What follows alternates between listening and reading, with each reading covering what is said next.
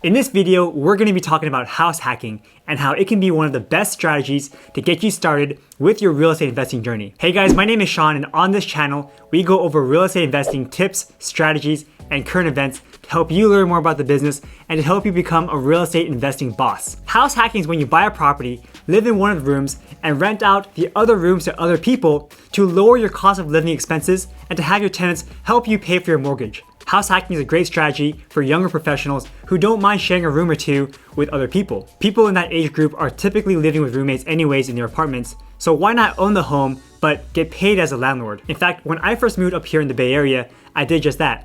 I bought a property here in the South Bay, and because it was so expensive to just live here and own your property, I rented out all the rooms to my friends and coworkers. To them, it's a great deal because they got to have their own room in a nice house for a pretty affordable price, and definitely a lot cheaper than if they were to just go and rent a place out themselves. And for me, it was great because I had all these roommates who were helping me pay the bills. So now I no longer have to worry about my mortgage payment or my insurance payments because collectively, all of my tenants / roommates were paying for those for me. So today we're gonna talk a little bit about house hacking and what you guys need to know about finding your own place to house hack. And because I was house hacking, renting out my rooms to other people, and greatly lowering my cost of living expenses, I was able to save a lot more than the normal person normally would, and I was able to parlay those funds into buying more rental properties.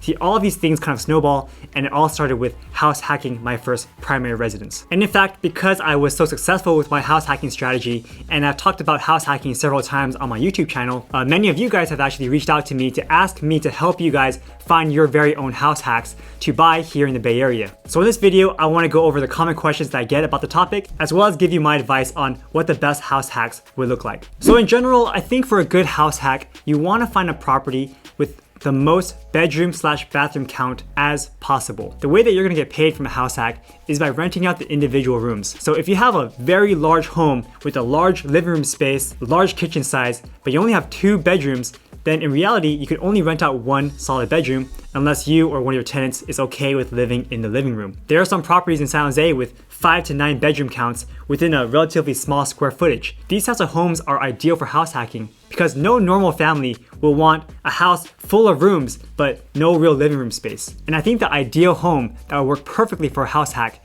is the Winchester Mystery House, because that place has over 300 rooms and you can fit a lot of different people in there. So all jokes aside, you do want to find a place that has a higher than average bedroom and bathroom count. I was able to rent out my home, which was only a 3 bedroom and 2 bathroom, but I converted my garage space into an extra living space. So we actually had a 4th bedroom there. But the thing was, I lived in the master bedroom, so I got my own private bathroom, whereas my other 3 roommates had to share one common bathroom in the hallway, as well as with any other guests that happen to be visiting in our home. And this of course can be inconvenient to some tenants, especially if they all have to use the bathroom at the same time. So ideally you want to find a place with 3 bathrooms or more just to make it more comfortable for everyone who lives in the home. And of course, because we are in the Bay Area, this is a commuter's area and you do need to think about parking. Sometimes on property tours, I come across some beautifully created brand new construction buildings with 4 bedrooms and 3 bathrooms. But the thing is, they only come with 2 parking spots, and there aren't any parking spots on the streets because they're all, within the small community, which means that they have to park at a parking lot really far away, and that's not really convenient and not ideal for a house hacking situation. So try to find a place that has a lot of parking or street parking for your tenants. Another thing to consider is how to put in your offer. Right now, we are in one of the craziest and hottest markets of all time, especially in the cheaper markets like in the East Bay. A lot of people who are young professionals are trying to buy their first property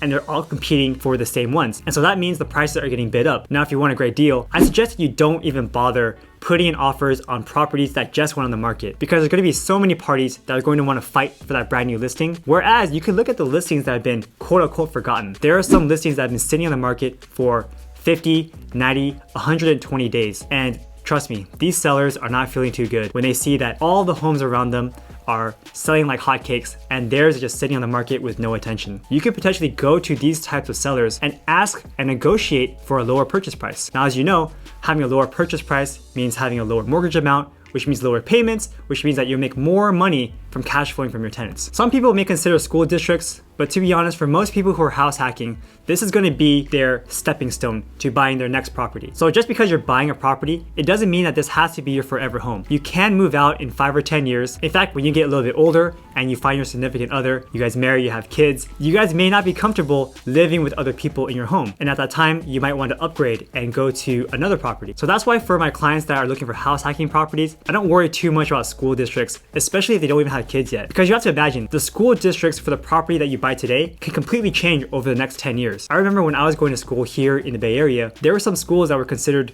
really, really bad, but 10 years later, now they're considered great, with 9 and 10 scores for their ratings. So now that you understand how house hacks are kind of determined and whether or not you should go for them or not, let's actually look at some properties and analyze them to see if they would be good house hacks or not. So the first thing that I'm going to do is I'm going to go on Zillow and just type up San Jose to look at a market that I know very well. What we're going to do is we're going to filter for some things. So one thing I know is that I don't want a home that's really in an HOA. I don't really want something with just 3 bedrooms, and I don't want something with just 2 bathrooms. So we'll say it's a 4 bedroom plus and a 3 bathroom plus. For home type, I do prefer that they are going to be houses. And for purchase price, at a certain purchase price, these things just don't make sense. So let's just say at $1.1 million. So it seems like we have some potential here. Let's take a look at the listings. So we have one here, a 4 bedroom, 3 bath, a 5 bedroom, 3 bath, a 6 bedroom, 3 bath, and another 6 bedroom, 3 bath here. So let's look at the ones with more bedroom and bathroom count. So, I mean, these houses look beautiful, but this one seems the most enticing to me. It is in East San Jose, so of course the neighborhoods may not be as wonderful as some other neighborhoods, but I still think it's worth taking a look at. So this property address is 1238 Hopkins Drive in San Jose, listed for $990,000. 6 bedroom, 3 bath, 2,110 square feet. From the looks of it, it looks like it's okay. The property condition definitely looks like it's livable. You don't need to do any major work to just, stay here and enjoy it. Let's read what it says. It's a newly remodeled home with paid solar panels, 6 bedrooms on tax paper, and a 7th bedroom add-on. So this is great. Now you have 7 bedrooms. This beautiful property is perfect for a family as an investment property. And there is also a studio built in the backyard with 1 full bedroom and 1 full bathroom that can be rented out. So does that mean that there's actually 8 bedrooms and 4 bathrooms? Because that would be amazing. Let's assume that's just the case. Once we understand what we're looking at here, let's copy and paste this address and we'll go to our next favorite website, Craigslist.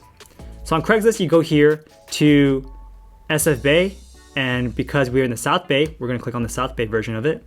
We'll look at apartments and housing, and we will look at miles from zip code. This one is 95122. Okay, 95122. Let's look at 1 mile from here, and go. Okay, so let's see what this one's renting for. So if you rent out the whole 3 bedroom house, it can go for $3,000. Another $3,000. Let's see what single bedrooms rent out for. Bedrooms, 1. What do we have? So motorhome for rent for 1,000. What about here? 2,000.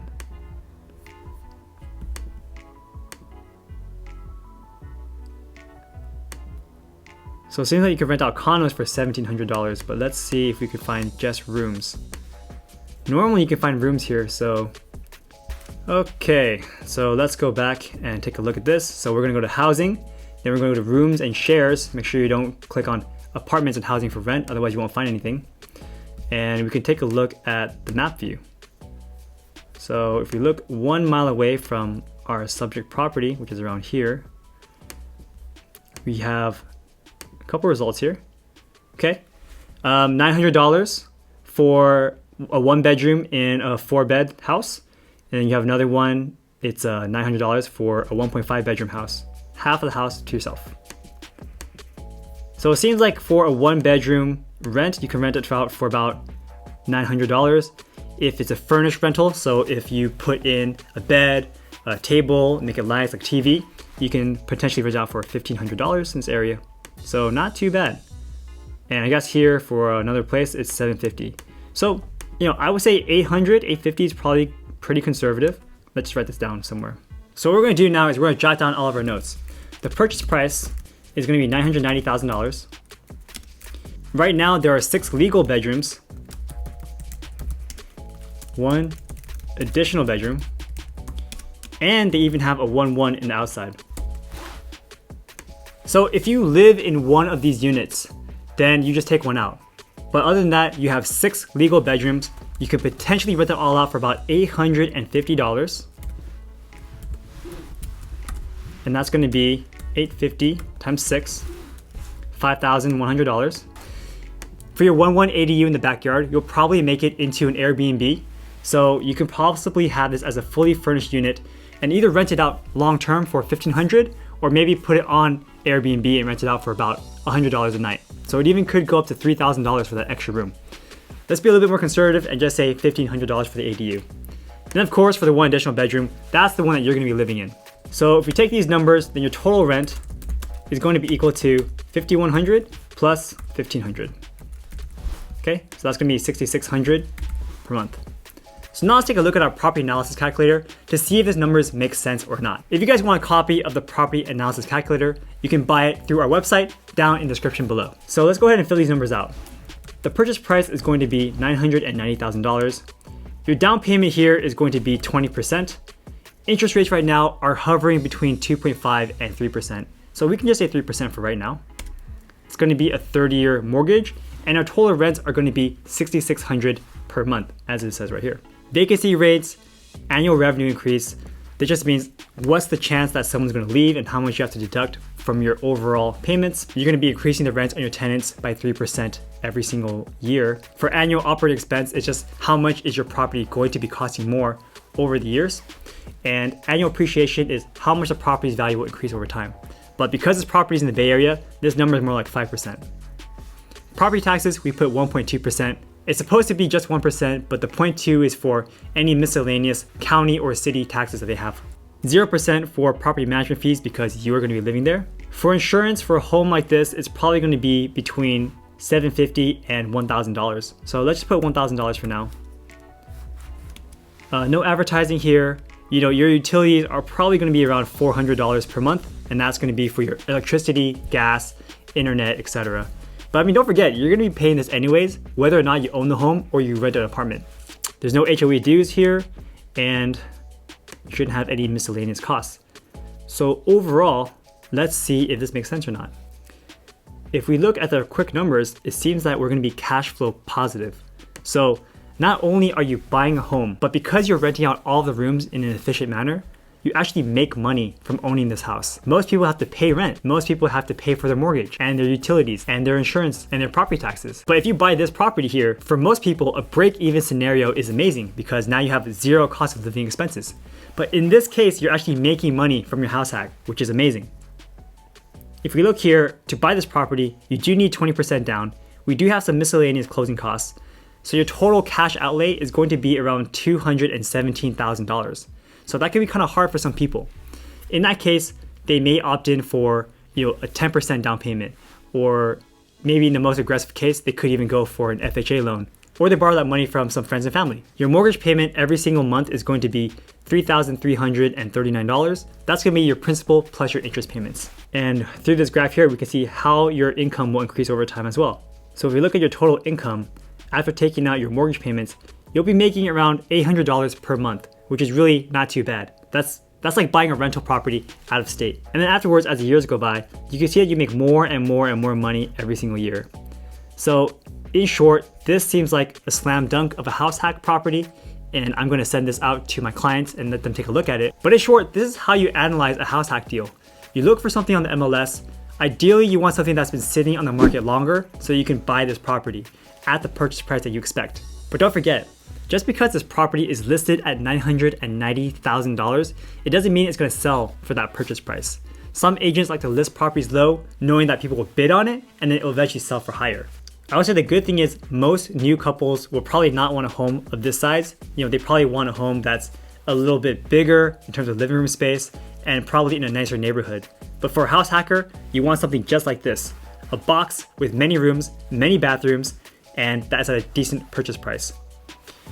Ideally, you want to find something that's been on the market for a little bit longer, just so that you have more room to negotiate. But I would say this is definitely a property that you should be looking at. And if it doesn't sell in a while, put in an offer and get it at this price. It'll definitely be worth your while. Well, I hope you guys all enjoyed this tutorial on how to house hack and how to analyze a good house hack property. If you guys have any questions, or if you're looking to purchase a property here in the South Bay, feel free to contact me. My contact information can be found down in the description below. And if you guys have enjoyed this video, be sure to smash the like button, subscribe to the channel, and hit that bell notification to see more videos just like this one. Thanks again for watching, and I'll see you next time. Take care.